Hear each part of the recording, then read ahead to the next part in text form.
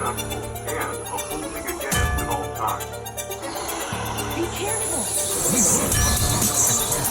Government officials insist that this is isolated incident of the packet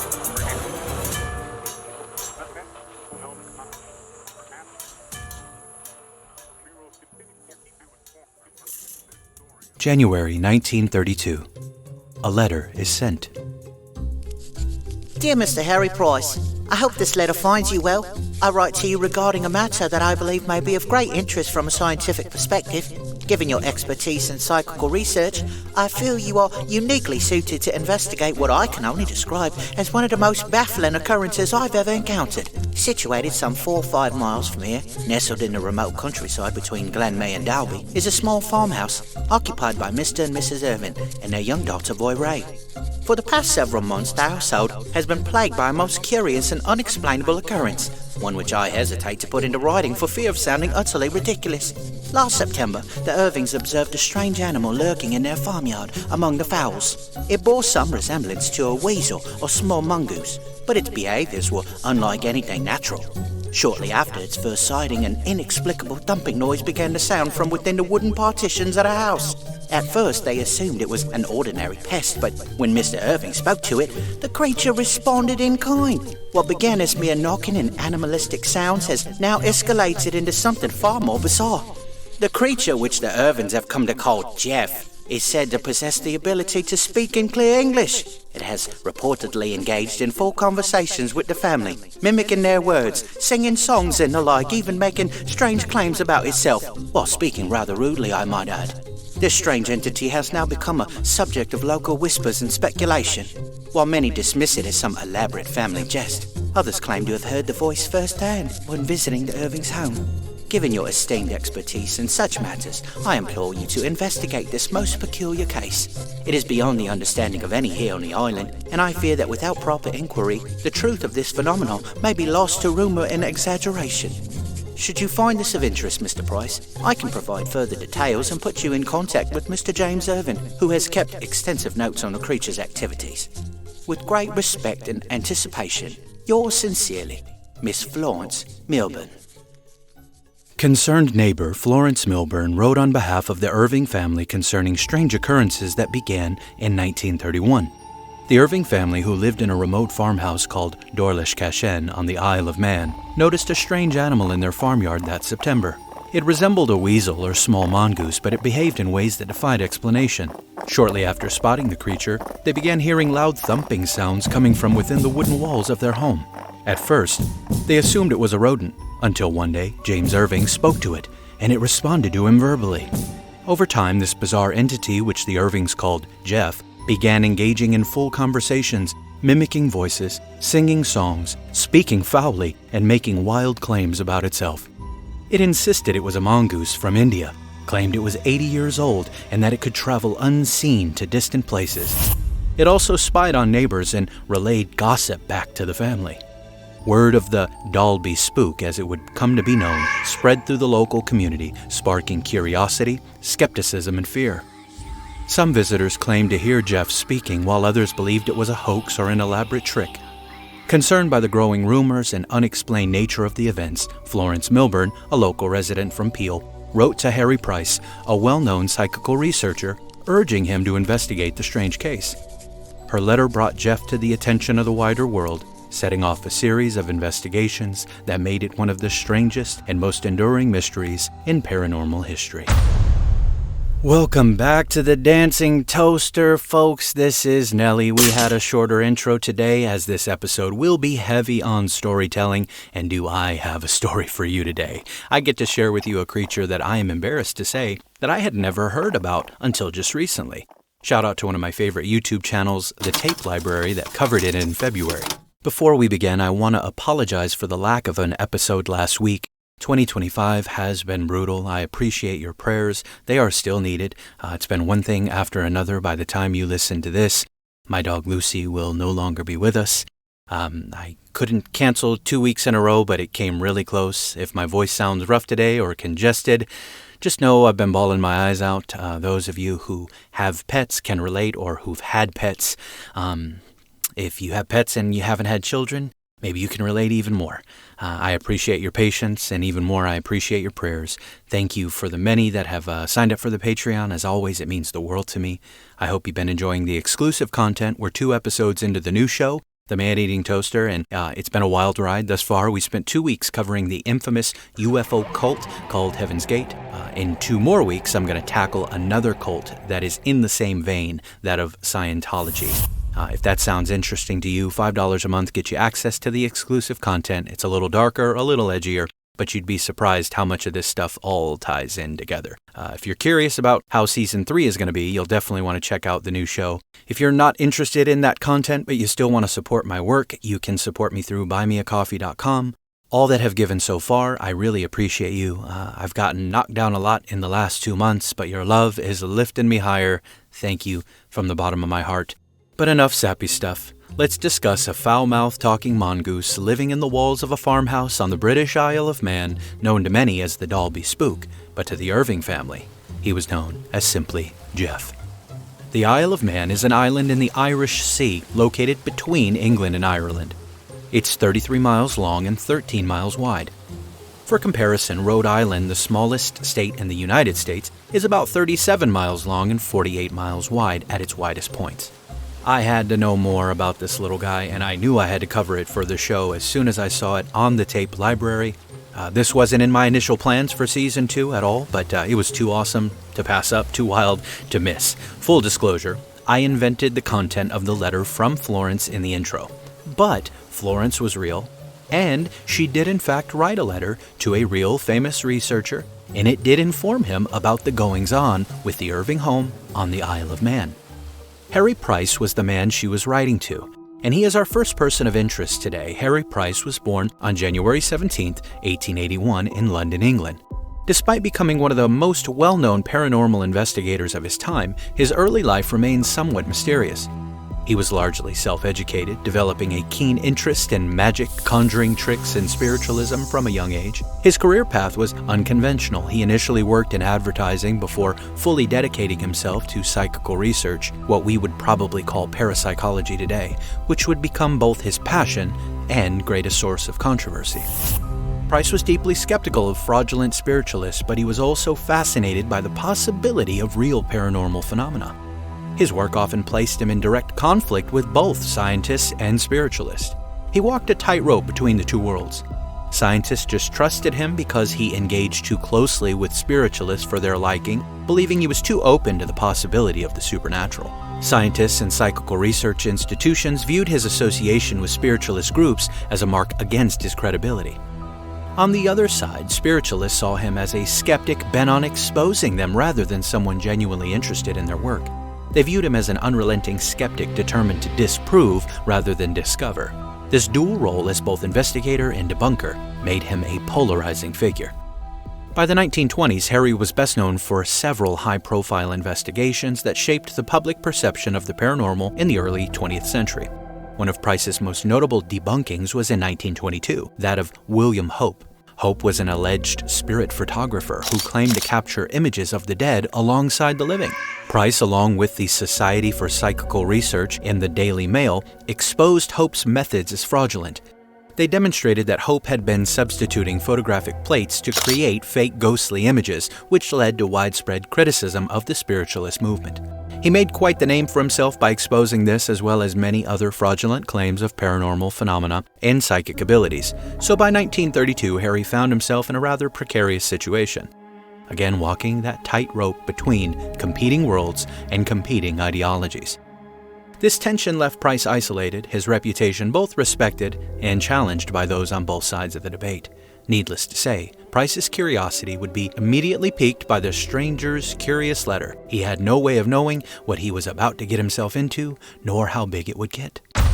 We'll put Harry on the sidelines for now, and we'll get to know the Irving family and what brought them to this strange farmhouse on this curious little island. According to many, the experience of the Irving family wasn't the first strange unnatural occurrence on this little island tucked between England and Ireland. The isle itself is named after the Celtic sea god Manannan MacLear. In Manx mythology, the Manx are the people from the island. Manannan was believed to be a powerful deity who ruled over the sea and the other world. He was said to shroud the island in mist to protect it from invaders, and was often depicted as a guardian of sailors and warriors. One tale speaks of a time where he allegedly turned away an impending Viking invasion. They say he created a magic illusion that multiplied a single soldier to appear as hundreds lining the battlements on the shore. The island's name in Manx Gaelic is Elan Vannin. It's derived directly from Manannan's name, reinforcing the idea that the Isle of Man was seen as a sacred land under his supernatural protection. This Celtic connection places the Isle of Man among other ancient mythological landscapes where gods and spirits were believed to shape the land and influence the fate of its people. Fast forward to the early 1900s, a peculiar tale surfaced from the Isle, whispered among locals as a warning about disturbing what should be left alone. It began when a group of laborers working on a patch of land near Dorlish Cashen uncovered an unusual flat stone buried just beneath the surface. Driven by curiosity, they pried it up, expecting to find little more than compacted soil beneath. Instead, they were startled to discover an urn filled with ashes, carefully placed as if marking an important resting place. Rather than leaving it where it lay, the men made a faithful decision. They removed the urn and buried it elsewhere, beneath a hedge bank further away from its original position. Whether the men acted out of superstition, caution, or simple disregard, no one can say for sure. What is known is that strange occurrences were said to begin soon after. Not long after the urn was moved, a young man ventured into the same area for an afternoon of rabbit hunting. Accompanied by his loyal dog, he scanned the landscape when something caught his eye. A small, furry creature darting beneath the hedge. Convinced it was a rabbit or a weasel, he stepped forward, intent on catching it. The animal had disappeared into the undergrowth, but the hunter was certain it had burrowed deep beneath the hedge bank. With steady hands, he reached into the dirt, digging beneath the roots, determined to flush out whatever lay hidden. But what he didn't realize was his hands were now grasping at the very earth where the urn had been reburied. The moment his fingers scraped the soil, a cold, unseen force struck him. He was suddenly thrown backward, landing hard on the ground. The breath knocked from his lungs. Shocked, he remained still for a moment, trying to collect himself, dismissing the fall as a simple loss of balance. Determined to shake off his unease, he got back on his feet and resumed digging, convinced the burrowed creature was just out of reach. Then, without warning, a second blow struck him, far stronger than the first. This time it was not a mere stumble. It was a violent shove, as if an invisible force had flung him away from the hedge with deliberate intent. Panic surged through his veins.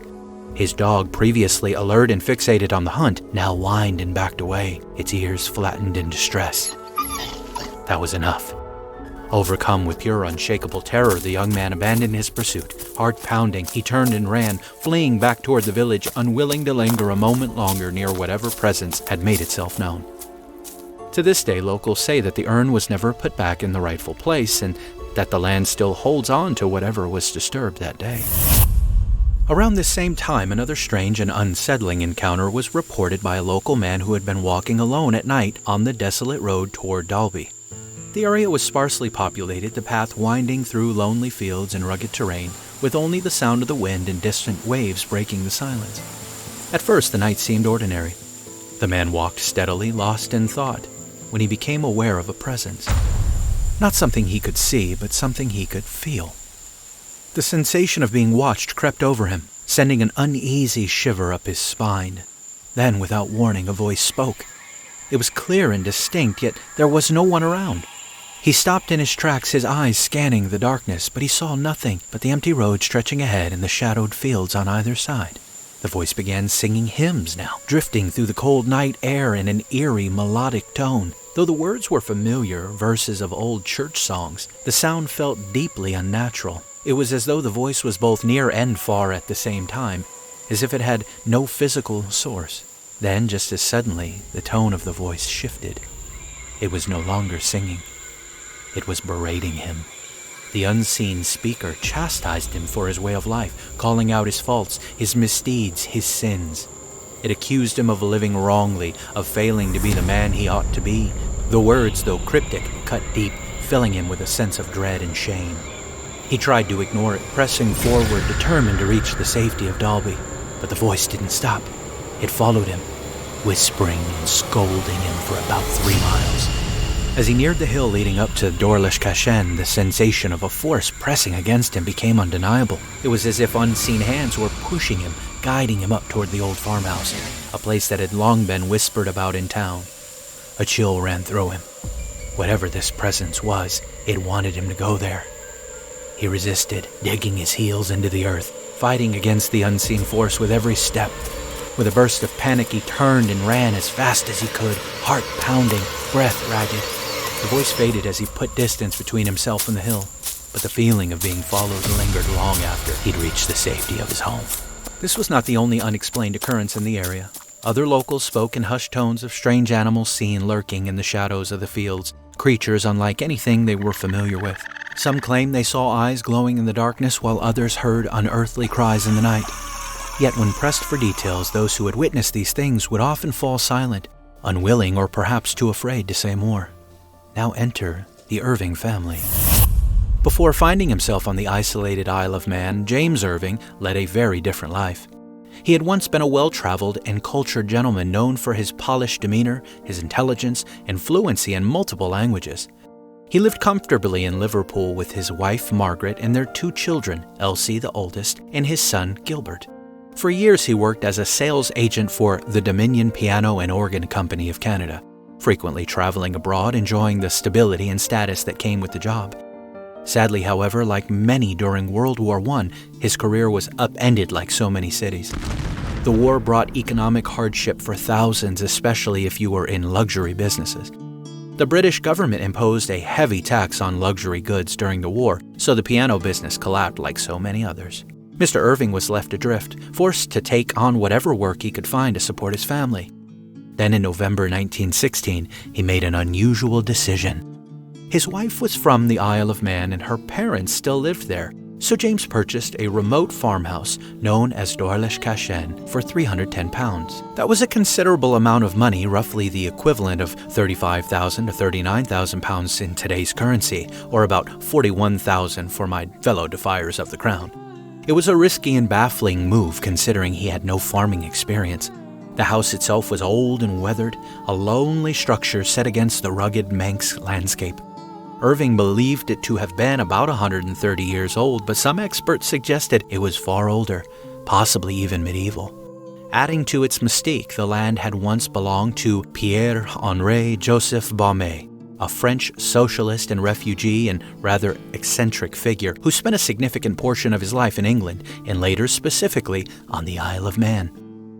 He once served in the French royal court where he cultivated a career in intelligence, a skill set he would leverage throughout his life. Eventually relocating to London, he took an informal yet clandestine role working for both the French and British governments while simultaneously engaging with radical socialist political groups on both sides of the English Channel. Baume's living quarters were filled with stacks of books, creating an atmosphere of intellectual chaos. Rather than sleeping in a conventional bed, it said he rested in a hammock suspended from the ceiling, an unconventional choice that added to his eccentric reputation. In places where he lived, visitors could not simply walk in. They were only granted entry if they knew a specific knock, a secret code that reinforced his reclusive nature. Even more spicy and scandalous, he engaged in an incestuous relationship with his sister with whom he fathered 2 children. His life took an even darker turn when he became entangled in a greater scandal. Following his sister's death during childbirth, he sold both her body and that of their daughter to a university for medical research. This act led to widespread accusations that he had been responsible for their deaths, with locals branding him the Islington Monster. Despite the controversy, he developed a deep fascination with the Isle of Man and began purchasing land there in the late 1850s. By the 1860s, he had relocated permanently to the island, where his peculiar habits quickly earned him a reputation. Among his many eccentricities, he was known for his eating of peas all the time. He kept them in his pockets. Though his past scandals did follow him, the locals gave him a new, somewhat less sinister nickname, dubbing him simply the Frenchman. When he died in 1875, much of his estate was donated to the island. Over time, the remainder of his property was divided and sold, including the farm that the Irving family would later purchase. Some locals whispered that Baume never truly left and that his spirit still lingered on the land, watching over the farm he once called home. At first, Mr. Irving had no intention of living there. His plan was purely practical: restore the farm, get it running again, and turn it into a profitable venture. But after other career prospects fell through, he reluctantly moved his family to the Isle of Man, hoping to make the most of his investment and final hope. They initially stayed in a nearby cottage, waiting for renovations to be completed. As work on the farmhouse began, James hired 2 men from Peel in May of 1917 to help with the repairs. To spare them the arduous daily journey, James arranged for the 2 hired men to stay overnight at Dorlish Cashen while they worked on the farmhouse. The arrangement, however, didn't last long. By the second evening, both men abruptly abandoned the job. When James questioned them, they offered a half-hearted excuse, claiming they had suddenly been called away for another job in town. Their evasive manner left him suspicious, but they refused to elaborate. It would be years before the truth surfaced. One of the men later confessed that their brief stay had been deeply unsettling. Throughout the night, they had been tormented by strange, unexplained noises, low thumps and scurrying sounds that seemed to come from inside the very walls of the house. As the hours passed, the sounds grew louder, more erratic, more persistent, as if something unseen was moving all around them. Yet it was not the sounds alone that drove them away. No, it was the presence. An indescribable sensation that they were not alone, that something else was there with them, or someone else watching from the shadows. The feeling was so overwhelming, so unnerving, the men chose to flee. Rather than endure another terrifying sleepless night, they walked 4 miles back to Peel in the dead of night, preferring the long journey over spending a single moment more inside the house. Something was very wrong with Dorlish Cashen, and James Irving was just beginning to realize it. James' only son, Gilbert, initially took on the responsibility of managing the farm, and by September 1917, the Irving family had officially settled in Dorlish Cashen. For a time, Gilbert worked tirelessly to establish a livelihood in the remote and unforgiving landscape, but the solitude and harsh conditions soon took their toll. After several years of grueling farm work and isolated existence, both Gilbert and his older sister Elsie chose to leave the Isle of Man and the farmhouse, returning to the mainland in search of opportunities and a more connected life. Despite their departure, around 2 years later, James and Margaret would give birth to their 3rd child. In March 1918, their youngest daughter was born, whom they named Voirrey. I don't know if I'm saying that right, but we're going to do our best. Voirrey. I'm going with Voirrey. Sadly, Dorlish Cashen remained as lonely as ever. The farmhouse was remote, shrouded in darkness at all hours, and visitors were a rare occurrence. Sometimes months would pass without another soul crossing their doorstep. For most, such an existence would have been unbearably isolating, but James seemed largely undeterred. Whenever he ventured into nearby villages, he eagerly struck up conversations with locals and travelers alike, as if seeking to fill the social void left by his former life as a salesman from Liverpool. James made a deliberate effort to assimilate into the local community, though he often longed for more stimulating conversation than what he believed the local farmers could provide. To find like-minded company, he joined the local Freemasons, seeking connections that aligned more closely with his own intellectual interest and refined background. His wife Margaret and daughter Voirrey, however, remained distant, preferring to keep to themselves and to the farmhouse. Their reserved nature, combined with their status as outsiders, only deepened the divide between the Irving family and the long-established island families.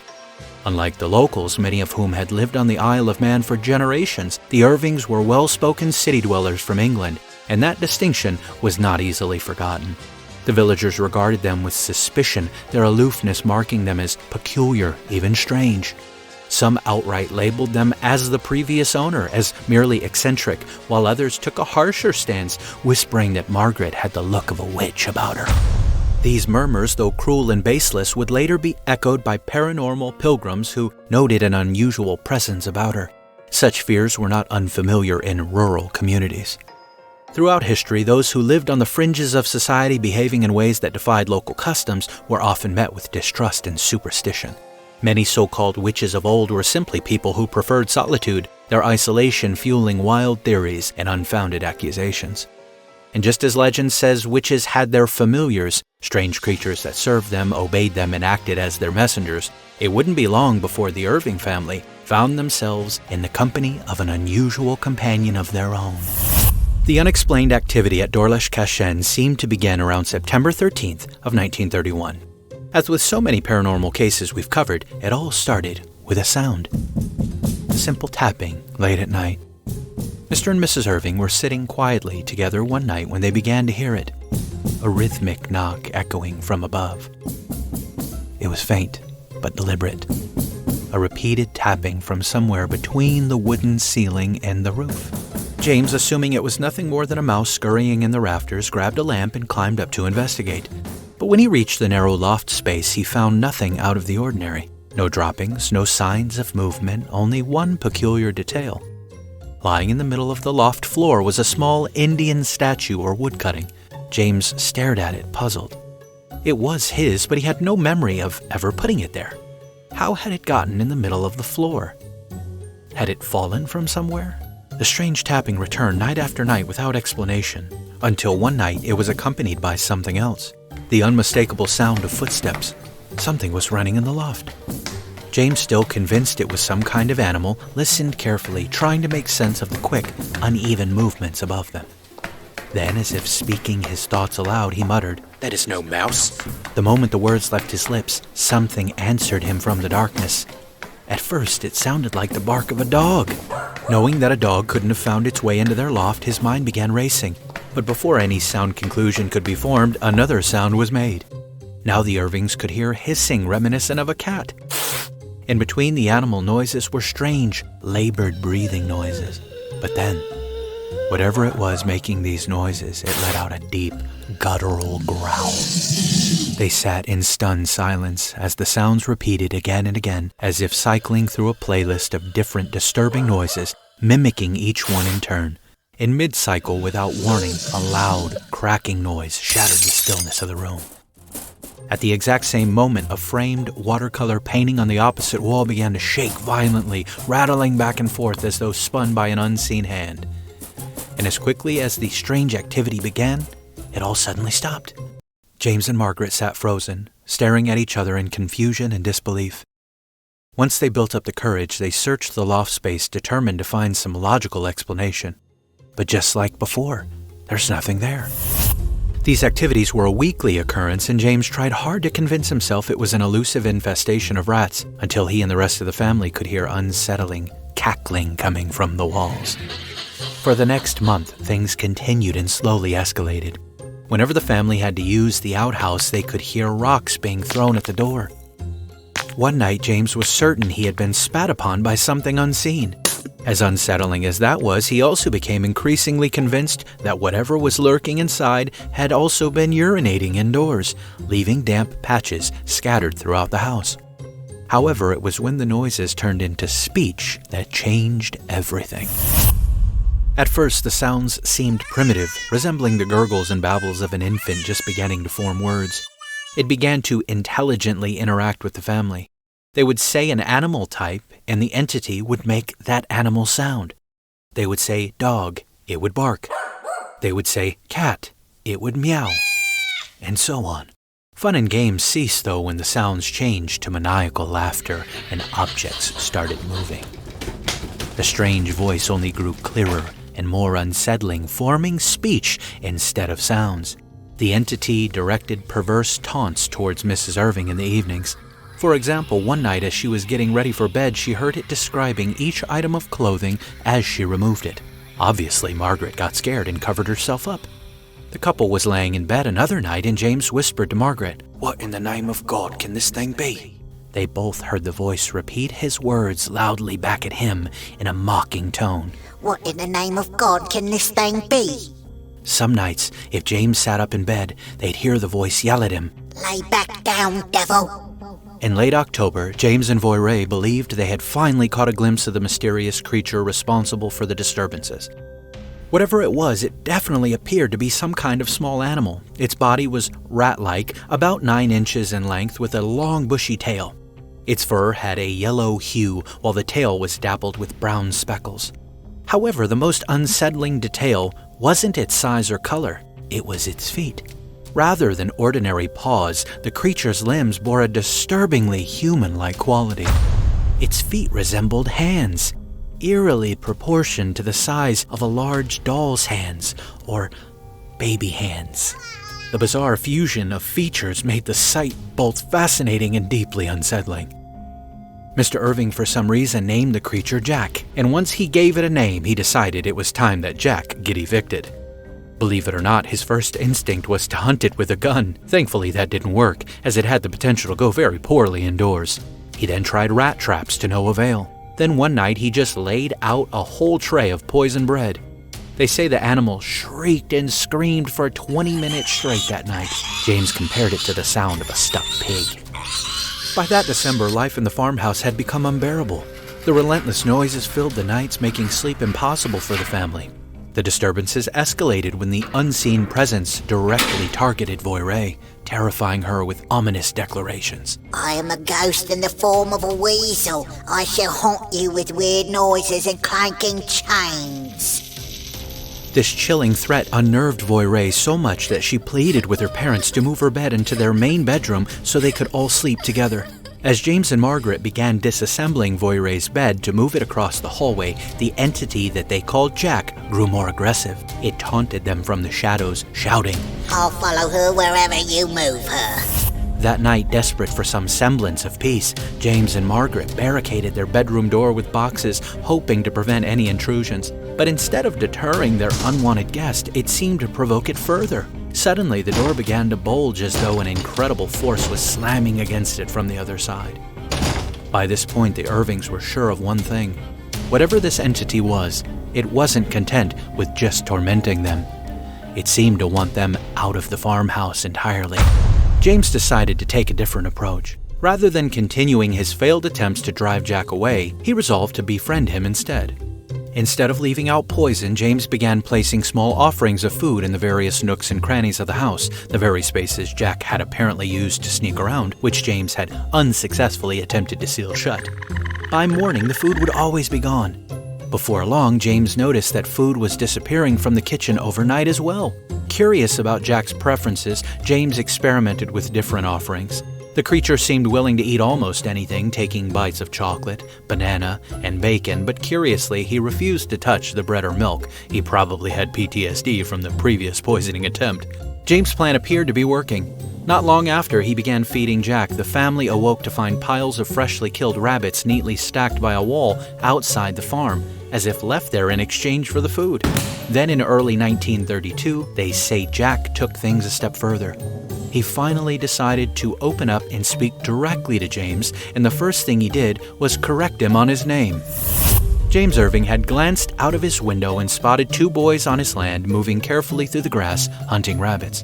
Concerned about trespassers, James stepped outside to confront them. As he approached, he struck up a conversation, inquiring about their names and intentions.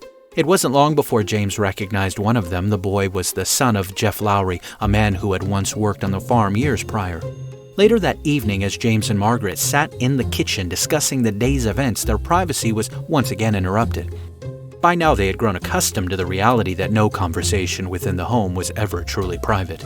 The entity that they had been calling Jack was always listening. Sure enough, a sharp, high-pitched voice rang out through the walls. I don't like the name Jack. Call me Jeff. The statement was unexpected, yet somehow entirely in character for the strange unseen entity that had taken up residence in their home. Even more bizarre was the way he spelled it. He pronounced it phonetically, carefully sounding it out. G-E-F. It was a strange name, one that had no clear origin, no real meaning.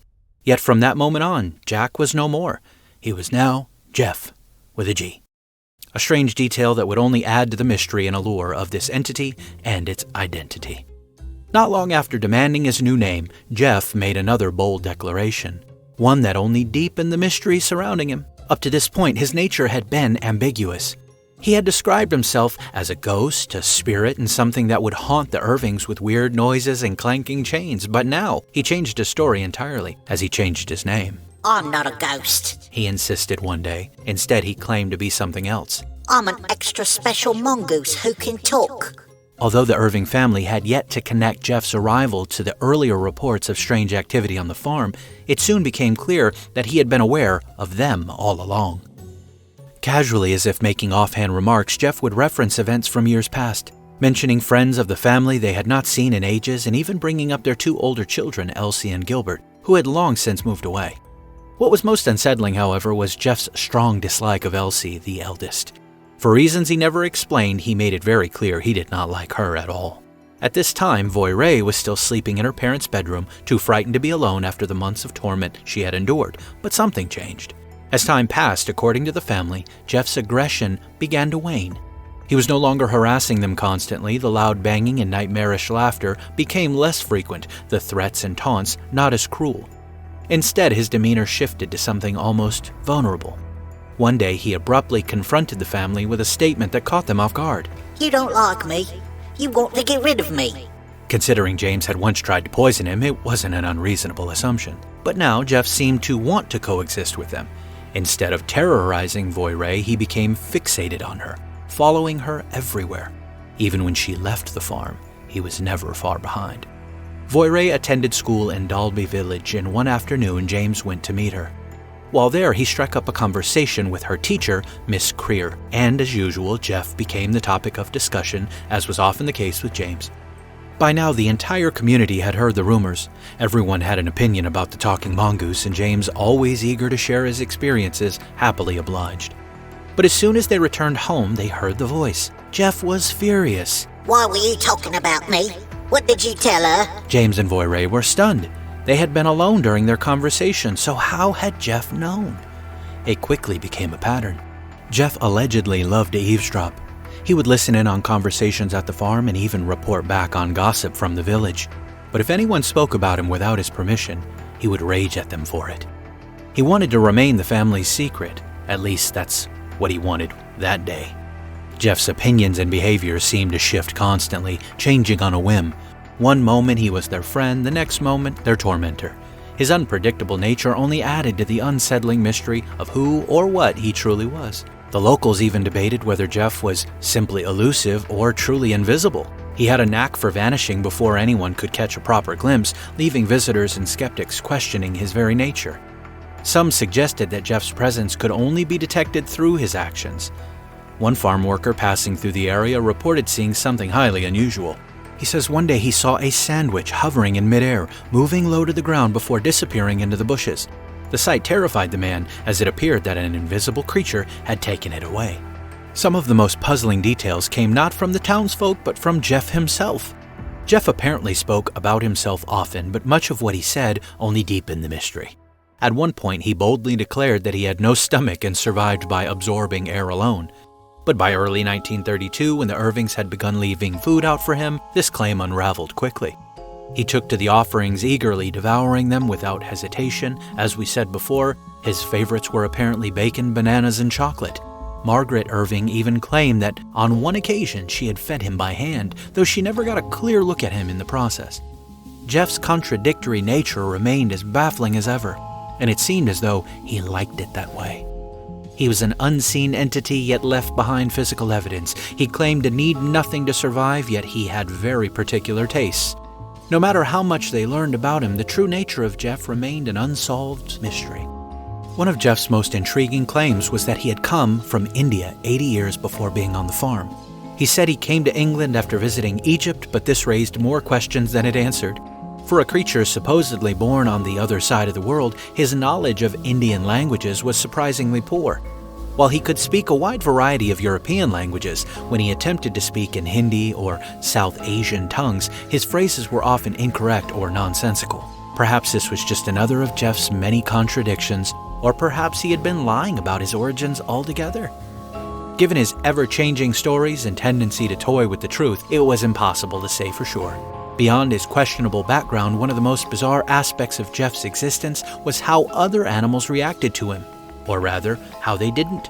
Whenever Jeff left the house and returned, the only creatures that ever seemed to sense his presence were the geese. Without fail, they would become agitated, honking and squawking as if they could detect something approaching, even when there was nothing visible in sight. Yet in stark contrast, the family's sheepdog remained completely indifferent. Despite Jeff's constant movement, frequent chattering, and even his ability to throw objects, the dog rarely reacted. This detail was particularly odd. Dogs known for their keen senses typically pick up on even the slightest disturbances, but to the Irving's dog, Jeff may as well have been invisible or non-existent. Whether this was proof of Jeff's supernatural nature or merely another inexplicable quirk, it was just one more layer to the enigma that was Jeff. Despite this elusive nature, Jeff had a designated space within the Irving home, a hidden retreat that the family referred to as his sanctum. Located on the upper floor to the right of the staircase, this small ledge was enclosed by a wooden partition. Though it technically opened into Voiray's bedroom, it was also accessible from her parents' room, allowing Jeff to move between the two unseen. This was where the family had left food for him, and they assumed it was where he slept, though unsurprisingly, no one ever caught him in the act. The sanctum wasn't empty either. There was a wooden chair that was kept in the space, which the family often heard scraping across the floor. When asked about it, Jeff claimed he was pushing the chair around for exercise. Jeff had a fondness for play as well. Visitors, hoping to win his favor, often brought him small gifts, bouncy balls, chocolates, and other trinkets, in the hopes that he would reveal himself. Among those eager to witness the phenomenon firsthand were two local boys, Will Cubbin and Harry Hall, who visited the farm with great anticipation.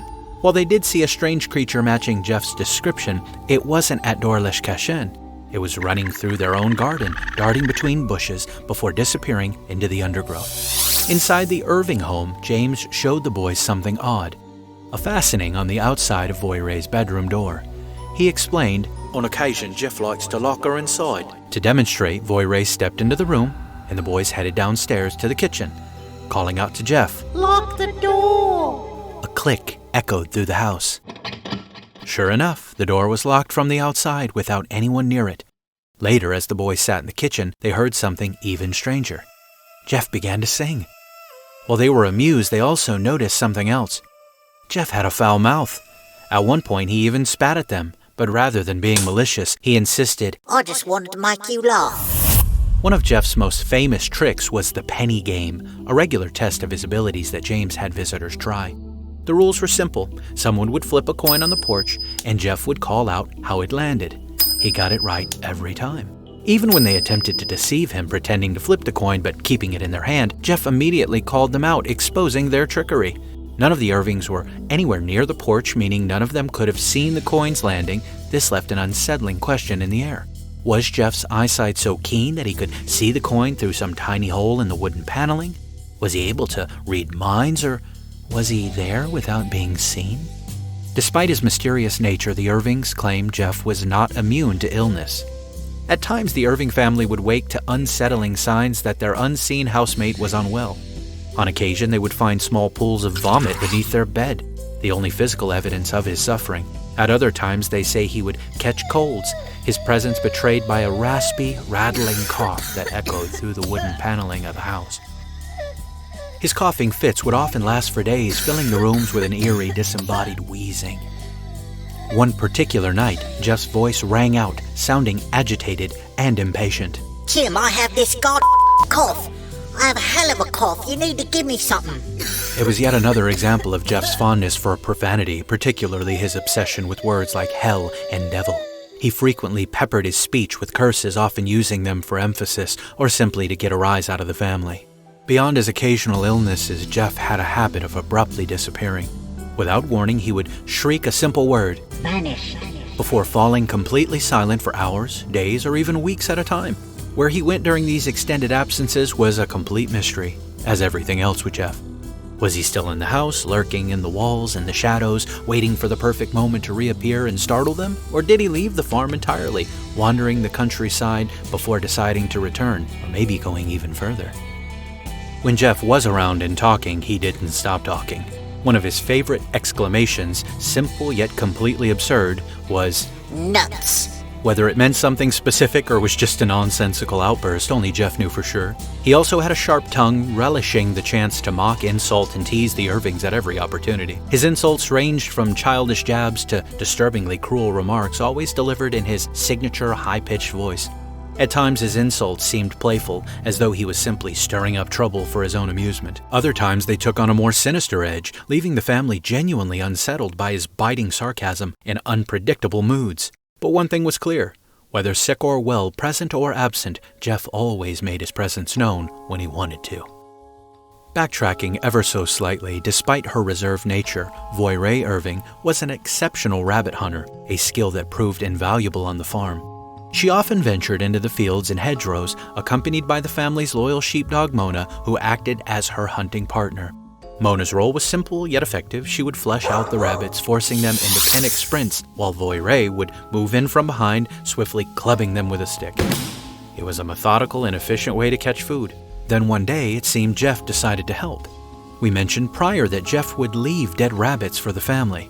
At first, the Irvings assumed Voyre was responsible. After all, she was the family's hunter. But something was off. Unlike the rabbits Voyre had killed, Jeff's offerings bore no wounds. No broken bones, no visible sign of attack.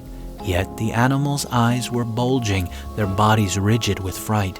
It was as if they had been suffocated, strangled by unseen hands. This deeply unsettled James and Margaret. Had Jeff actually killed them? And if he did, how? Yet despite their unease, the rabbits kept coming. Before long, the steady supply of fresh rabbits became more than the family needed. They began to sell the surplus, turning Jeff's strange ability into a secondary source of income. For a time, it seemed mutually beneficial. The family gained an unexpected resource, and Jeff enjoyed the praise and attention that came with his contributions. But Jeff, ever the trickster, soon realized that he had power, he had value, and he was more than willing to exploit it. Whenever Jeff was in a foul mood, or if the family denied him something he wanted, he would refuse to hunt. If they angered him, he would issue chilling ultimatums. Be kind to me and I'll bring you good luck. Treat me badly and I'll stop hunting altogether. It was no longer an act of generosity, it was a form of control and manipulation, and the Irvings had no choice but to play along with another of Jeff's games. By this time, Jeff's story had spread widely across the western coast of the Isle of Man. James had never been particularly secretive about the mysterious creature in his farmhouse, eagerly sharing his experiences with neighbors and visitors alike. As word traveled, the phenomenon gained both a reputation and a new name. To those outside Dorlesh-Cashen, it became known as the Dalby Spook. At first, tales of the strange talking creature made their way through nearby villages like Dalby and Glenmay, then further into the town of Peel. Before long, the story reached journalists on the mainland in England. One reporter, intrigued by the bizarre rumors, decided that the story was worth investigating firsthand. Not long after, he traveled to Dorlesh-Cashen, intent on uncovering the truth behind this mystery that gripped the neighboring island. His published article in the Daily Dispatch was titled, "The Mysterious Man-Weasel of Dorlesh-Cashen has spoken to me today." In his own words, the journalist described his experience.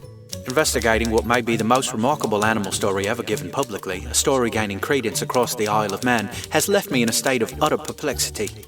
Did I hear a weasel speak? I do not know. But I do know that today I heard a voice that I never would have imagined could come from a human throat. The people who claim it belongs to a strange weasel seem sane, honest and responsible.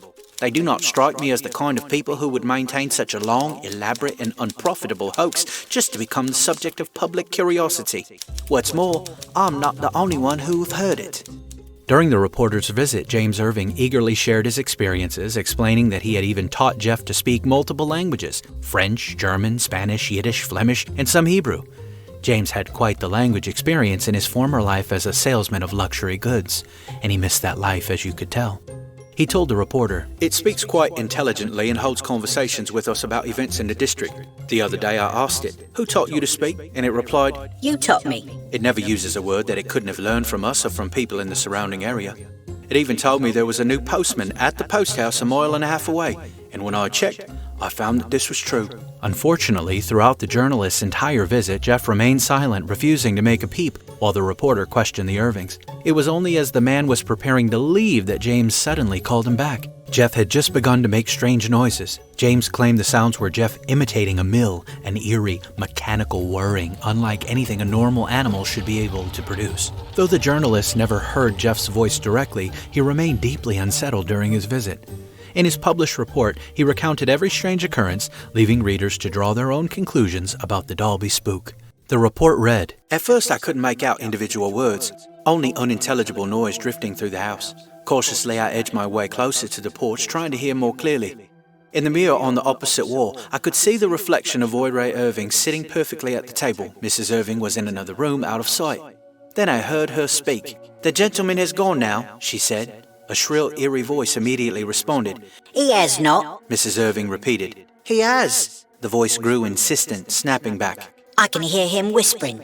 I was in fact whispering quietly to Mr. Irving at that very moment. The voice continued in a tone now sharp and defiant. I do not talk for these people. They are all liars. Then silence. A few moments later, the voice returned, this time more unnerving than before. I can see the shadow. But there was no shadow. The sky was overcast, and I wasn't casting one at all. I stepped fully into the room, and once again, silence. This report also named several locals who had witnessed Jeff speaking and even singing, though none had ever seen the creature for themselves. Whether he was being honest, trying to preserve credibility, or simply attempting to defend his family's reputation against the growing suspicions branding them as witches, James Irving insisted to the unnamed Daily Dispatch reporter that there was nothing supernatural about the events at Dorlesh-Kashan. Mr. Irving claimed, "Jeff is not a ghost, nor is he a spirit or demon or fairy. He is simply an animal." Apparently convinced of this peculiar theory, James told the reporter that he believed Jeff was a hybrid of some kind, a cross between various rodent species. This unlikely mix of species, he claimed, had resulted in a creature with an unusually shaped throat, granting it the ability to mimic human speech. Additionally, he suggested that the crossbreeding had heightened its intelligence somehow, allowing it to communicate in ways no normal animal could. Of course, this theory was a hard sell. More skeptical and cynical theories began circulating among locals and the press. Most preeminent among them was the suggestion that Voirrey Irving was a gifted ventriloquist responsible for the entire deception. James dismissed the idea outright. He scoffed at the idea, stating frequently, "If she can do it so well, we can make our fortunes on the stage. It's ridiculous." With the publication of the report, the mystery of the Manx weasel could no longer be contained. Jeff's legend spread beyond the Isle of Man, making its way into international newspapers. Before long, the story of the talking weasel had been reprinted around the world, even as far as Australia, its bizarre details capturing imaginations across continents. It's no surprise, then, that the case attracted the interest of those in the field of psychical research. On February 12, 1932, Miss Florence Milburn, a resident of Peel, penned that letter to Harry Price, the famous psychical researcher and member of the Society for Psychical Research. As noted at the beginning, by this time, Price had built a notorious reputation for his work in debunking fraudulent spiritualists and exposing professional mediums. Having spent years investigating claims of the supernatural, he was no stranger to bizarre cases, but he had faced nothing quite like this. Little did Price know that Jeff's story would soon become one of the strangest investigations of his career. When the case was first brought to his attention, Price was in poor health and already heavily involved in another investigation. Unable to make the journey himself, he assigned the task to one of his most trusted associates, Captain Harold Dennis. Dennis was no stranger to unusual situations. A former Red Cross ambulance driver during the war, he had built a reputation for remaining calm under pressure. His strong background in zoology and experience handling exotic animals made him a logical choice to assess the claims of a talking mongoose. Dennis even proposed bringing a mongoose along with him on the visit, hoping to observe Jeff's reaction to another of his supposed kind. Jeff, however, was not amused. "I will kill it," he reportedly snapped. This was just one of many instances where Jeff displayed open hostility toward outsiders, particularly those who challenged his existence or doubted his claims. Dennis arrived at Dorlesh-Kashan early in the evening, where the Irving family greeted him with a mixture of excitement and expectation. They were eager to introduce him to their extraordinary house guest. Though Dennis was ever the skeptic, he had come prepared for nothing more than a case of mistaken identity or an elaborate hoax. James wasted no time in launching into detailed accounts of Jeff's antics, describing his unpredictable behavior, strange talents, and volatile personality. As he led Dennis through the farmhouse, he pointed out the cracks and gaps hidden in the spaces in the wooden paneling, explaining that Jeff used them to navigate through the house unseen. He gestured to small holes in the walls, Jeff's alleged vantage points, through which he spied on the family and, according to James, occasionally spat at them. For hours, Dennis listened. He took notes, and he examined the supposed evidence. He tapped on the walls, testing their acoustics, searching for hidden compartments or anything that might explain the Irvings' claims. But as the night wore on, the one thing he truly needed to encounter, Jeff himself, failed to appear. The house remained eerily quiet. There were no disembodied voices, no eerie laughter, no sounds of unseen footsteps skittering through the walls. As much as James tried to convince Dennis that Jeff was real, the absence of any phenomenon made it increasingly difficult to take the story serious. They were now well into the evening, and Dennis, frustrated by the lack of evidence, made the decision to leave. As he stepped toward the front door, preparing to depart, the Irvings looked disheartened, but James still held on to hope. Then, just as Dennis set foot outside, a shrill, high-pitched voice pierced the silence from within the house. Go away. Who is that man? Dennis stopped in his tracks. James' expression lit up with excitement, and he immediately turned to his guest. "That's him! That's Jeff!" But Dennis remained unconvinced. The voice was strange. Too high-pitched, almost unnatural. At times it resembled speech, but in other moments it devolved into incomprehensible squeaks and mutterings. It was a peculiar sound, certainly, but was it really the voice of a talking mongoose? The timing of it all also felt quite suspicious. Why had Jeff remained silent the entire evening, only to speak the moment Dennis was leaving? Curious but still doubtful, Dennis stepped back inside the house, and instantly the voice stopped. The air in the farmhouse felt heavy with expectation, but the silence remained unbroken. Dennis glanced around, half expecting to hear the voice taunt him again, but nothing happened. The Irvings waited, straining to hear even the faintest sound, but Jeff refused to speak. The moment Dennis moved toward the door again, however, the shrill voice returned, this time hissing complaints from somewhere deep inside the walls. James beamed with satisfaction, certain that this was proof of Jeff's existence, but to Dennis it felt more like a performance. There was a pattern here, one that repeated itself over the course of his stay. Jeff would speak only when Dennis wasn't in a position to properly observe him. Never while he was in direct line of sight, never when he was listening closely, and always just out of reach. It was enough to intrigue him, but not enough to convince him. The following morning, Dennis returned to the Irving farmhouse, determined to continue his investigation. Upon arrival, he was met by an eager James who wasted no time in relaying an update. Jeff had been particularly chatty that morning, and it seemed the elusive creature had a few demands. If Dennis wants to hear me speak, he must bring Boy Ray a gift. James explained to Dennis that the options were either a camera or a gramophone. It was an oddly specific request, one that suggested Jeff had a taste for material luxuries himself. But that wasn't all. According to James, Jeff had also delivered a rather blunt opinion about Dennis himself. I was watching Dennis last night. I don't like him. He doesn't believe in me. It was a troubling revelation, but not exactly a surprising one. Jeff had shown a clear pattern of behavior. Whenever someone doubted his existence, he either refused to appear or responded with hostility. At times, he mocked skeptics. At others, he seemed to take their disbelief personally. It was one of the many contradictions in his personality. He craved attention, yet bristled at scrutiny. He was desperate to be known, yet recoiled whenever he was directly challenged to prove himself. Dennis remained steadfast in his skepticism, but later that afternoon, something happened that he couldn't immediately explain. While sitting at the kitchen table drinking tea with the Irvings, he suddenly felt something small and sharp strike the surface near him. A needle had appeared, seemingly out of nowhere. The only thing behind him was a solid wooden wall, but upon closer inspection, Dennis noticed a small hole in the paneling, just large enough for something or someone to push an object through. Had Jeff just thrown something at him? James certainly thought so. As the evening wore on, Dennis began hearing strange, skittering noises throughout the house. He carefully investigated the sounds, but found no sign of an animal. Later, while inspecting another crack in the wall, he stumbled upon a small puddle of liquid. James, unfazed, offered an immediate explanation. "That is likely Jeff's pee." The night brought more of the same. Margaret and Voyray went upstairs, hoping to coax Jeff into speaking. Their efforts paid off. His voice soon echoed from within the walls, but his mood had not improved. He made it abundantly clear he still did not like Dennis. Then, in an instant, his shrieking tone changed from irritation to panic. He's coming! He's coming! Dennis had barely moved, yet Jeff seemed to know he was trying to creep closer, as if watching his every step. Despite this eerie moment, Dennis never saw anything firsthand. Not once did he catch a glimpse of Jeff. His final report to Harry Price reflected a mixture of curiosity and doubt. He found James Irving to be a sincere man who genuinely believed in Jeff's existence. However, when it came to Margaret and Voyray, he wasn't so sure. More than anything, he struggled with the case's sheer strangeness. Jeff exhibited classic poltergeist behaviors. Strange noises, thrown objects, eerie voices, but unlike most poltergeist hauntings, which tended to be short-lived and violent, Jeff had been with the Irvings for months and showed no signs of leaving.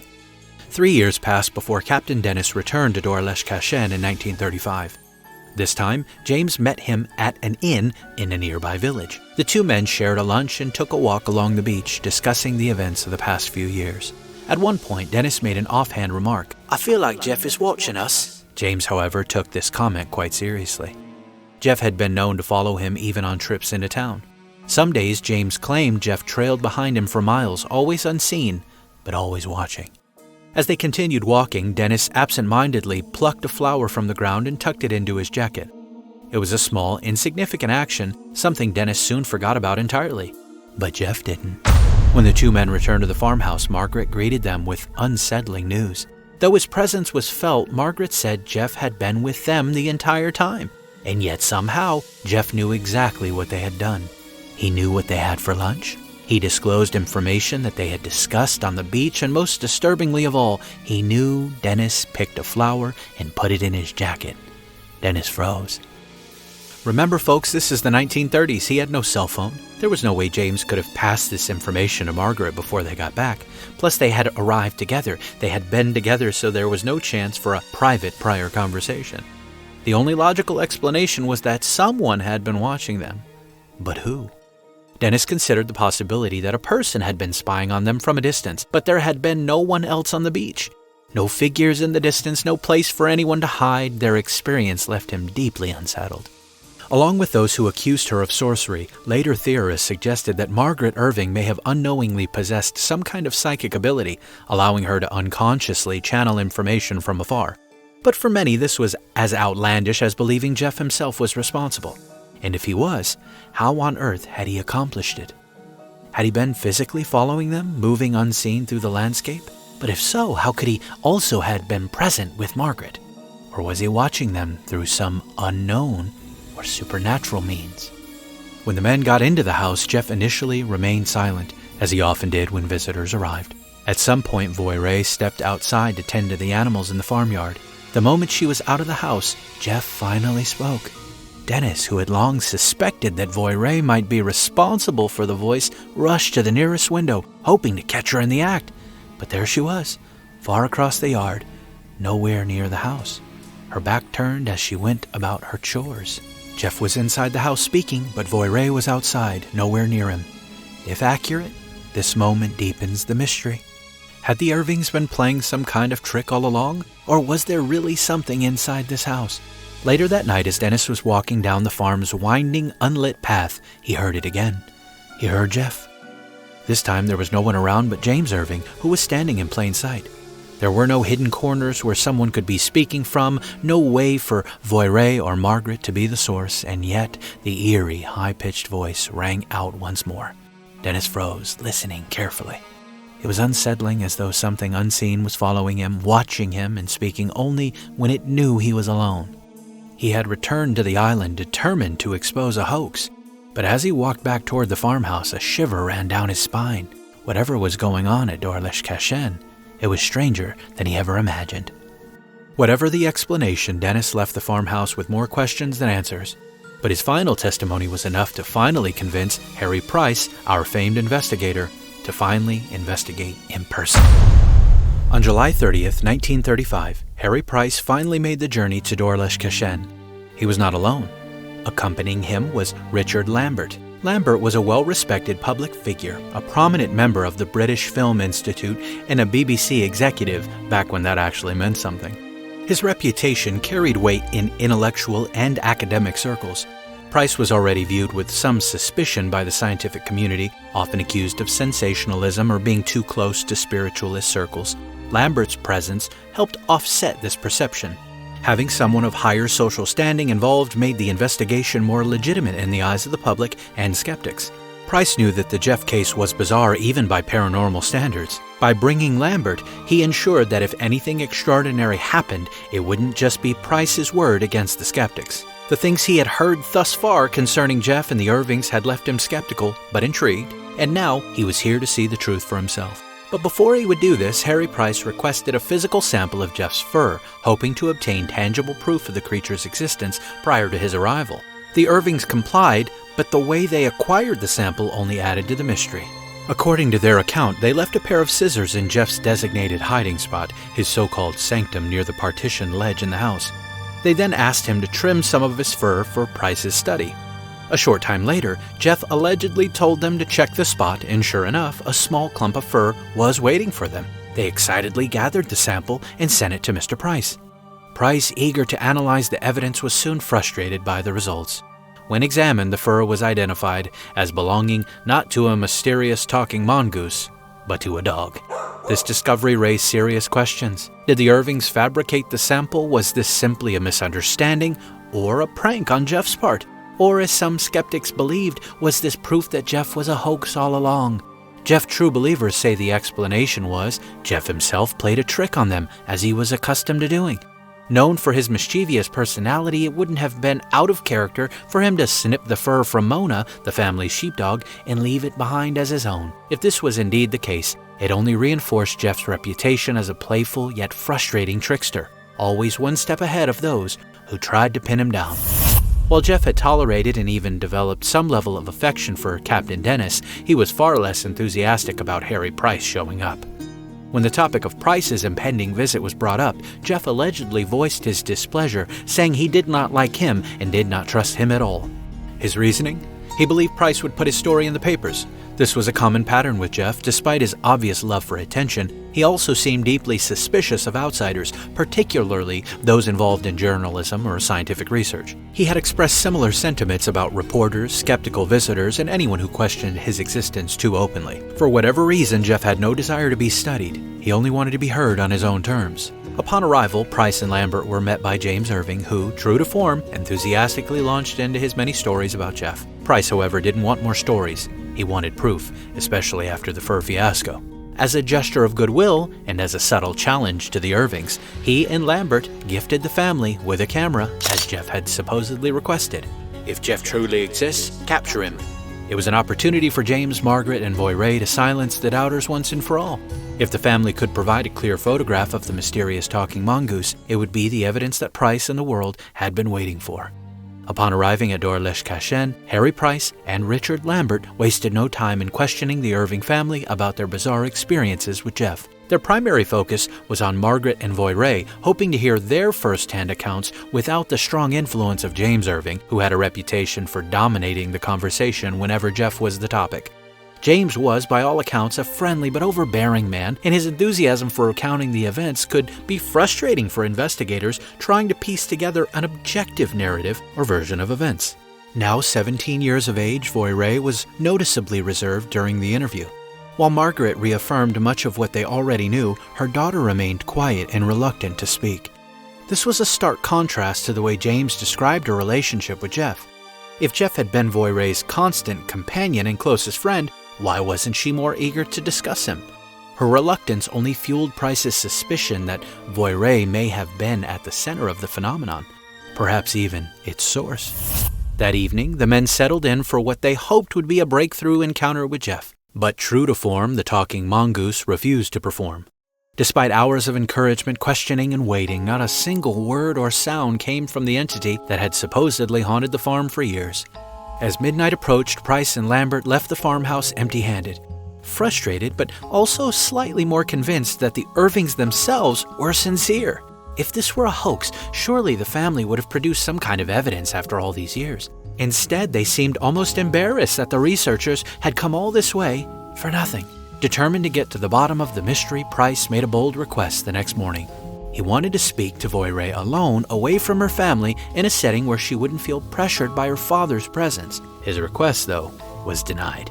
James insisted on accompanying his daughter, ensuring that she would never be alone with the investigators, not an unreasonable thing for the father of a 17-year-old girl to say. It was yet another frustrating decision, though, for Price, and helped deepen his suspicions. Was James trying to protect Voirrey? Or did he fear that Price would pressure her into admitting a secret? Or was he afraid of what she might reveal if left alone to speak freely without her father's influence?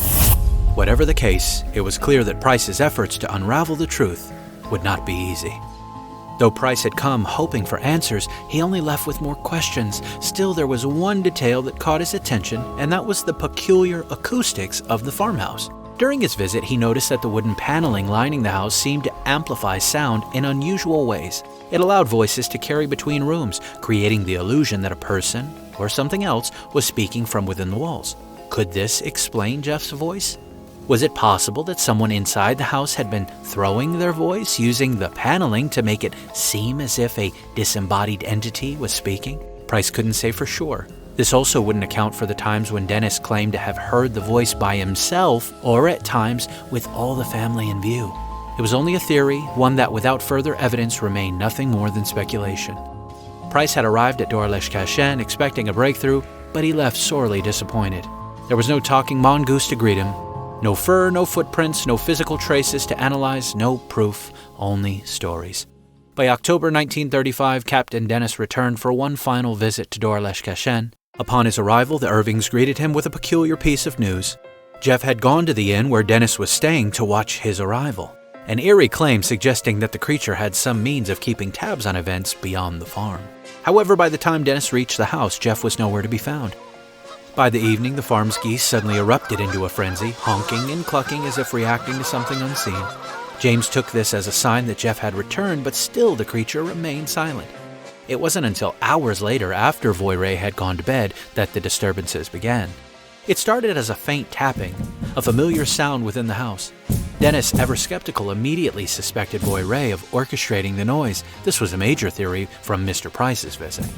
Dennis and James pressed Jeff to speak, but instead the tapping escalated into louder and more forceful bangs, shaking the walls as if something was hammering from within. Suddenly, an upstairs door slammed violently. It was then that Jeff finally spoke. Go look. The voice commanded.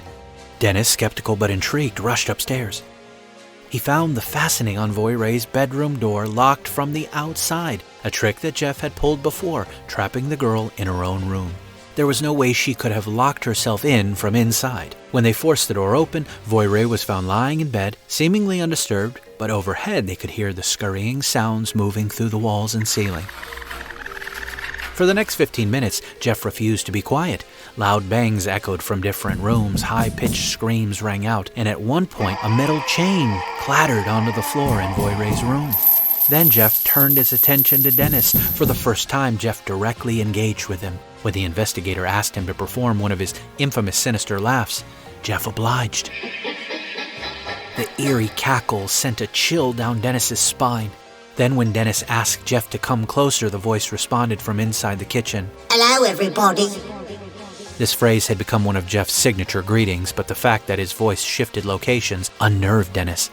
On several occasions, the investigator jumped up and rushed toward the source of the voice, lantern in hand, hoping to catch a glimpse of whatever was making the sound, but every time the space was empty. Jeff, growing annoyed, scolded Dennis for his persistence, calling him A sleech. an insult whose meaning remains unclear to this day. Jeff hated being seen, often berating anyone who tried to catch a glimpse of him, even the Irvings.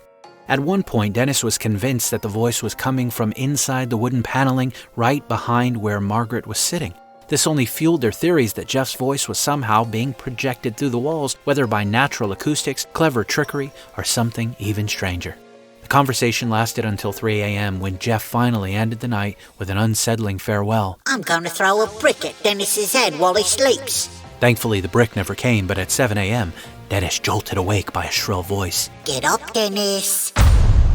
After this rather eventful visit, Dennis returned to England, but he remained in contact with the Irvings for years. By now, he was a firm believer in Jeff, but like many before him, he had no explanation for what Jeff truly was. Meanwhile, Harry Price continued his correspondence with James Irving, culminating in the publication of a work entitled The Haunting of Kashen's Gap. Price had long suspected that James wanted to profit from the story, though the Irvings had been hesitant to commercialize it at first. However, as their financial situation deteriorated, James became more open to the idea of making money from the book. Price agreed that if the book turned a profit, he would split the earnings 3 ways, between himself, Lambert, and the Irvings. But Price made it clear he did not expect the book to make any money. It was being published as a strictly academic work, and sure enough, it flopped financially. Yet the book had one major and surprising consequence. It sent Jeff to court. By November of 1936, the tale of Jeff the Talking Mongoose had made its way to the High Court of Justice in London. This was not a trial over the Irvings' claims, but rather a libel case concerning Richard Lambert. Lambert, who had been a respected journalist and a member of the British Film Institute, as mentioned previously, had been mocked and ridiculed by his colleagues for his involvement in the case. They claimed he was unfit for his position because of his interest in the occult, and specifically his apparent belief in a talking mongoose. The courtroom descended into chaos with heated debates over the credibility of Jeff's existence. One of my favorite details from the case is at one point a judge even spent an extended period discussing the correct plural form of mongoose. As you can imagine, the case became a spectacle, a strange and almost comical moment in British legal history. In the end, though, Lambert won the case, receiving £7,500 in libel damages. That would be over $670,000 today. That's over $870,000. Ironically, this also meant that the only person who ever made real money from the story of Jeff was not James Irving, but Richard Lambert.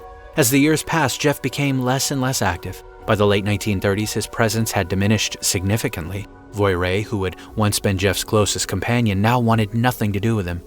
She would later confess, I hated Jeff. I wish he had never come into our lives. she never denied his existence, but she also blamed him for turning her into an outcast and making her the subject of much ridicule. While Harry Price remains the most famous investigator of Jeff, another prominent researcher dedicated even more time to the case. Hungarian-born lawyer, journalist, psychoanalyst, and paranormal investigator Nandor Fodor. By 1937, Fodor had been closely following Jeff's story for years. His research into paranormal animal spirits had led him to write an article on the subject, and he finally decided to visit the Irvings in person. Upon meeting them, Fodor became particularly interested in Margaret Irving, believing that she may have had psychic abilities. Strangely, this theory was echoed by multiple people over the years, even Jeff himself, who sometimes referred to Margaret as Maggie the Witch. Yet despite spending an entire week at Dorlesh Kashen, like Price, Fodor never had a direct encounter with Jeff. The closest he came was one night while using the outhouse. He heard something thrown at the roof. He called out, Was that you, Jeff? He received no response. Still, Fodor conducted extensive interviews with the Irvings and several villagers, including a postman who claimed to have heard many of Jeff's foul-mouthed rants, Harry and Will, the two local boys who believed they had seen and heard Jeff, a bus mechanic who claimed Jeff had been spying on him, and a bus conductor who regularly had his sandwiches stolen by Jeff. After all his research, Fodor's conclusion was surprising. Jeff is not a poltergeist. He is not an earthbound spirit, nor is he a ghost. No, Jeff is simply extraordinarily intelligent animal, one whose strange habits, mimicry, and evasiveness have turned him into a legend. Case closed? Well, not quite. Years after his visit to Dorlesh Kashen, the Hungarian psychoanalyst drastically altered his interpretation of the case. Initially convinced that Jeff was a highly intelligent flesh-and-blood mongoose, much like Mr. Irving, Fodor later reconsidered, suggesting that something far more complex was at play. In a particularly striking reflection, he admitted, I was not yet equipped with adequate psychoanalytic knowledge to conduct an exploration of James Irving's unconscious. His dream life, I am confident, would have given many sorely needed clues to understand the intellectual development of Jeff and to find the storehouse of his power. Sorry if I sound more Transylvanian than Hungarian. You definitely wouldn't know I'm half Hungarian. Anyways, this new perspective led Fodor to theorize that Jeff wasn't a poltergeist, a talking animal, or even an independent supernatural entity, but rather, he concluded, a psychological projection originating from James Irving himself. James, a man isolated from the world, had been living in extreme rural conditions, cut off from intellectual stimulation and companionship, except for his wife and daughter. His once bustling urban international life in Liverpool was now a distant memory, replaced by back-breaking farm work in near-total seclusion. He had few diversions beyond his books, and it was possible, Fodor thought, that Jeff had manifested as a result of his need for anything to break up the monotony. But if James had indeed unknowingly created Jeff, then how did the entity gain such a tangible presence? More chillingly, if Jeff was merely a product of James' unconscious mind, why did he sometimes express the desire to leave? In later years, reports suggested that Jeff had begged James to let him go, a haunting plea that, if Fodor's theory was correct, implied James himself was somehow responsible for keeping him there. I think this is the weakest of all the theories because so many had interactions with him as well, so unless he could project it into other people's minds, it's kinda whack. But I'll hold back a little longer on the theories. Something big happened in 1940. Voirrey Irving finally left the farm. Now an adult with a job of her own, she returned to visit her parents once a week, but she had distanced herself from both Dorlesh Kashen and Jeff. 2 years later, in 1942, a brief newspaper article claimed that the Dalby Spook had resurfaced, though details were scarce. Whatever this incident entailed, it did not bring Jeff back into the public eye for any length of time. By 44, James Irving had fallen gravely ill. His eldest daughter, Elsie, who had moved to Liverpool years prior, returned to care for him in his final days. Unlike the rest of the family, Elsie had never believed in Jeff, a skepticism that, according to James, had made the entity strongly dislike her. Yet in the 6 months she spent at the farmhouse, even Elsie admitted to hearing strange noises, which seemed to intensify whenever Voy Ray was around. James Irving sadly passed away at 4:10 a.m. on August 6th of 1945, at the age of 72. In the moments before his death, Margaret and Elsie were sitting by the fireplace keeping vigil. What happened next left them stunned. A brush which had been placed atop the mantelpiece suddenly began to move, rocking back and forth as if being pushed by an unseen hand. Then, just as James took his final breath, the brush abruptly stopped. Margaret later insisted that this was Jeff making one last visit to bid farewell to his old roommate. With her husband, the head of the household, gone, Margaret had no desire to remain at Dorlesh-Kashen. The family's financial struggles had only worsened over the years, and as James had feared, the property's infamous reputation made it nearly impossible to sell. The so-called Dalby Spook had done nothing to increase the farm's value. In fact, it had only driven it down into the dumps. In the end, the house and land were auctioned off for a mere £140, less than half of what the Irvings had originally paid, a little over £9,000 in today's money. As the auctioneer finalized the sale, he reportedly joked, "The Dalby Spook will be thrown in for free." The new owner was a local of the island, a retired farmer named Robert Cubbin. Cubbin publicly dismissed the stories of Jeff. "I don't believe in such nonsense." Yet strangely, Cubbin resold the property just a few months later and never said why.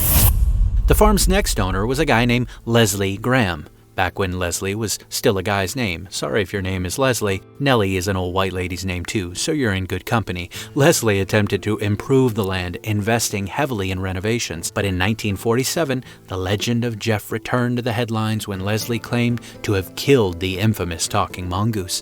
A photograph circulated of him holding up the carcass of a polecat, with newspapers speculating that this might be the creature that had tormented and entertained the Irvings for years. However, those who had encountered Jeff firsthand, including Margaret and Voy Ray, dismissed these claims outright. The animal Graham had killed did not match Jeff's descriptions, and more importantly, they didn't believe that anything so mundane as a polecat could have explained the many bizarre experiences they had endured over the years.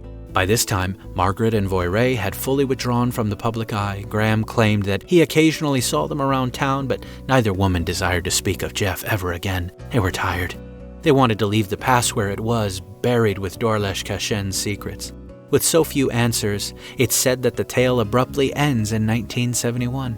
This is because the infamous farmhouse was demolished. The exact reason why remains unclear to this day. Some claim it had fallen into disrepair, while others believe it was deliberately destroyed to erase any lingering association with the Dalby Spook. Today, only scattered remnants of the farm exist, slowly being reclaimed by the land. Yet that hasn't stopped curious visitors from trying to find the site, hoping that even after all these years, Jeff might still be lurking somewhere in the shadows, watching and waiting. From time to time, the legend of Jeff resurfaces in books, documentaries, online discussions, and silly creepy podcasts, reigniting curiosity about the strange events that took place at Dorlesh-Kashen so many years ago. Many times when this happens, people attempt to contact Voy Ray, hoping to hear her first-hand account, but every time she has refused. Even when offered stacks of money, she still declined. We hinted at this earlier. For Voy Ray, the legacy of Jeff has been a burden and not a blessing. Throughout her youth, she had been mocked and ostracized, nicknamed the Spook by classmates and neighbors. The notoriety had followed her into adulthood, making it difficult to live a normal life. Moving away from the Isle of Man had given her a fresh start, a chance to leave this past behind, closing out chapters she had no desire to ever reopen. The closest we ever got to hearing her side of the story was when she answered some questions in 1970. During this rare conversation, she confirmed that Jeff had gradually disappeared in the late 1930s, vanishing for increasingly longer periods until one day he simply never came back. When asked about the experience, she was blunt. I hated Jeff. At first he was a friend, but I was a shy girl and the attention he brought was unbearable. I didn't want strangers coming to my home. I didn't want people constantly asking me questions. When the journalist raised the theory that she had been a skilled ventriloquist responsible for the hoax, Voy Ray dismissed it outright. If I was that good at ventriloquism, I'd have made a career out of it. Instead, I'm living a modest life just like my mother did. She revealed that the Irvings had made almost no money from the story, aside from a mere £5 that Nandor Fodor had paid them for a room and board, and a few coins here and there for photographs published in newspapers. Jeff ruined my life. He made me a curiosity. He made me an outcast.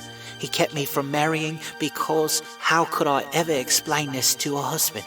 Finally, she was asked the most important question. Had it all been a hoax? Her response was direct and simple. It was not a hoax. I wish it had never happened. If my mother and I had our way, we never would have told anyone about it. But Father was sort of wrapped up in it. It was such a wonderful phenomenon that he just had to tell people about it. The offers and invitations continued even into the 90s. It was in 96 when a director named Brian Catling tracked her down, discovering she was living a quiet life in Cheltenham. He of course reached out to request an interview, and she once again shut it down. At 78 years old, Voiré was firm in her decision. She had spent a lifetime distancing herself from the bizarre events of her childhood, and she wasn't about to dredge them up now, especially since so many over the years tried putting all the hoax conspiracy solely upon her. She told him, I've left all that behind me. I don't want people in my life to know about it. So here we are, folks. What was Jeff? Well, find out next week on the Dancing I'm just kidding. Don't hate me. You know how it is on this show. We try to find a biblical explanation for strange phenomenon like Jeff. Does something like Jeff fit into a biblical worldview? Oh, my toasties, you'd be surprised. Let's say he was a physical animal. There is no way an animal can carry on a conversation the way Jeff was alleged to be able to do, not without some supernatural assistance. Can spirits or spiritual entities enter into animals? Well, yes. We've discussed Matthew 8 and Luke 8 in the past multiple times. This is where Jesus sends multiple demons into a herd of pigs. They get yeeted off a cliff after, but it demonstrates that animals are not immune to possession by spiritual entities. Nelly, don't be ridiculous. Okay, so Jesus sent demons into some pigs. That don't mean they're talking animals in the Bible. Failed skydiving ain't the same as chit-chatting. Dr. Wright, I told you you weren't invited this week. This episode was long enough, and it would have been even longer if I had to keep dealing with your constant interruptions. But you know what? I'm glad you said that, because as usual, you're wrong again. There actually is a place in the Bible where an animal speaks. There are actually 2 of them. The first one is complicated, but it's in the first book of the Bible. Through what creature are we told that Satan communicated with Adam and Eve in the garden? The Nahash, the serpent. Did he take this form? Did he take possession of a serpent to interact with the first man and woman? We don't have all the details. It also gets messier when God curses the serpent. Genesis 3, verse 14. The Lord God said to the serpent, "Because you have done this, cursed are you above all livestock and above all beasts of the field. On your belly you shall go, and dust you shall eat all the days of your life." I say it's messy because if it was already on its belly, this wouldn't be much of a curse, now would it? In any case, Satan took an animalistic appearance as early as Eden. How many times have we pointed out that some angels even have a mixture of human and animal characteristics? Go read about the ones around Yahweh's throne. A lion, an ox, an eagle, all with humanoid bodies and multiple wings.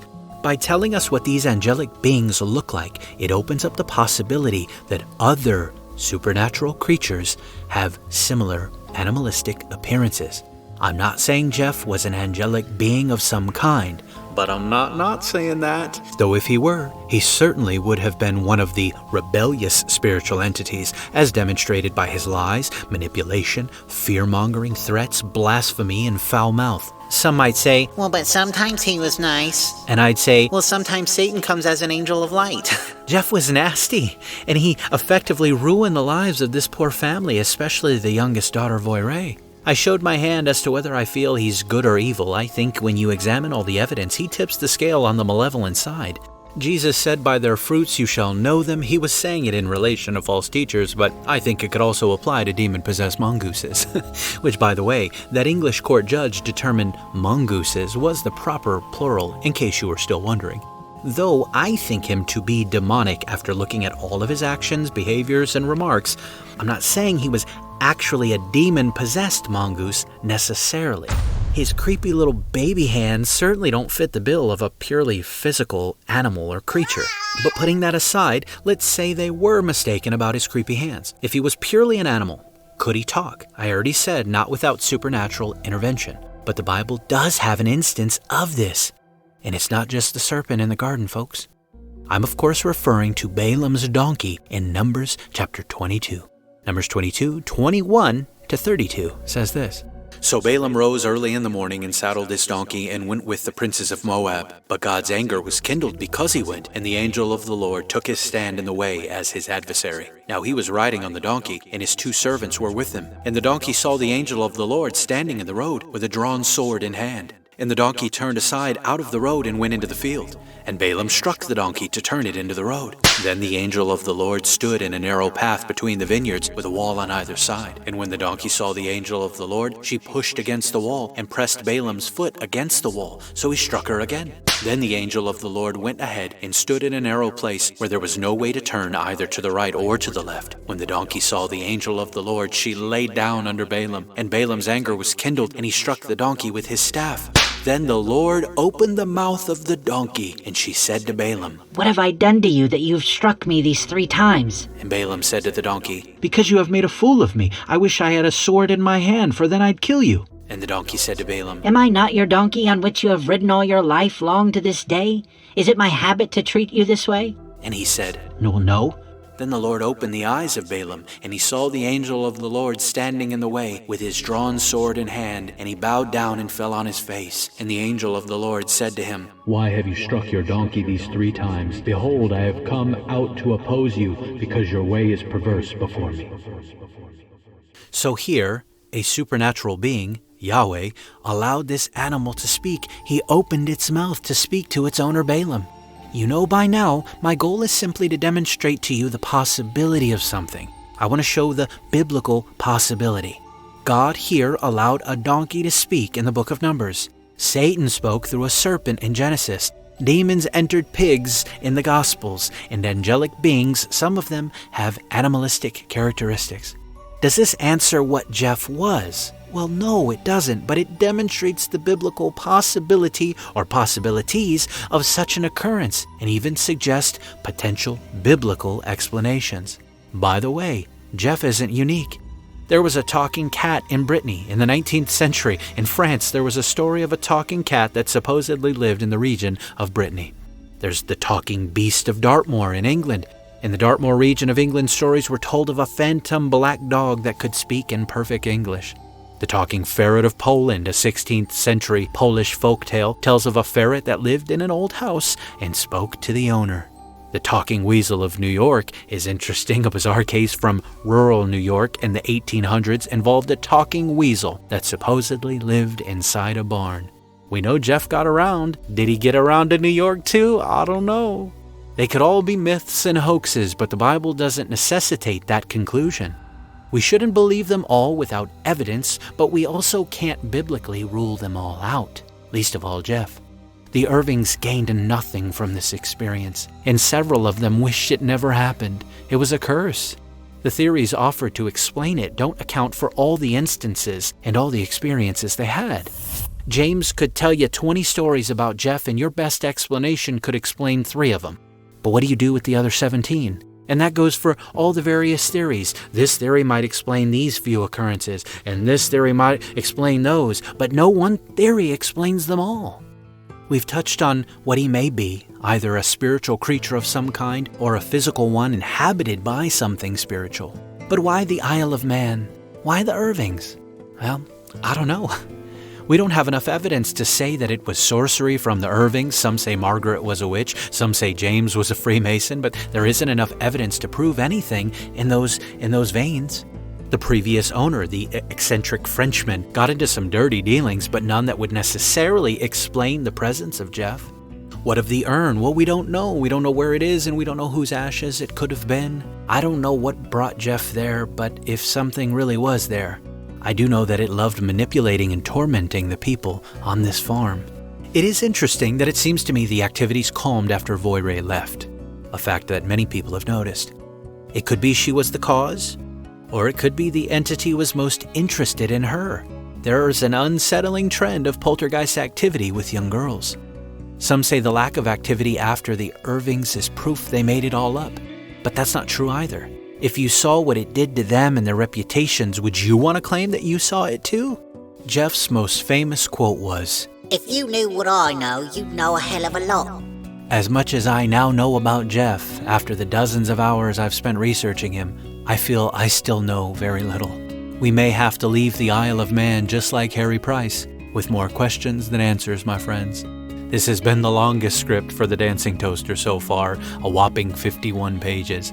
I have been on a wild ride with Jeff. I hope that you have enjoyed all the hard work to bring the story to life and bring it to you today. March has been hard, but bringing you guys this show has helped me push through some really tough things.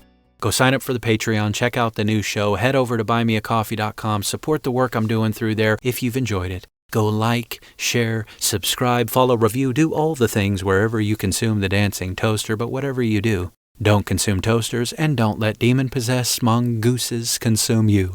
I love you. I'm out. Report suspicious activities and call 911 for immediate response. Expect delay.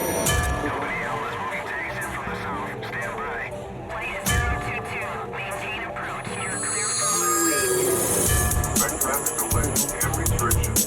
Take personal security precautions to avoid becoming a victim of an attack. Avoid crowded public areas and gatherings.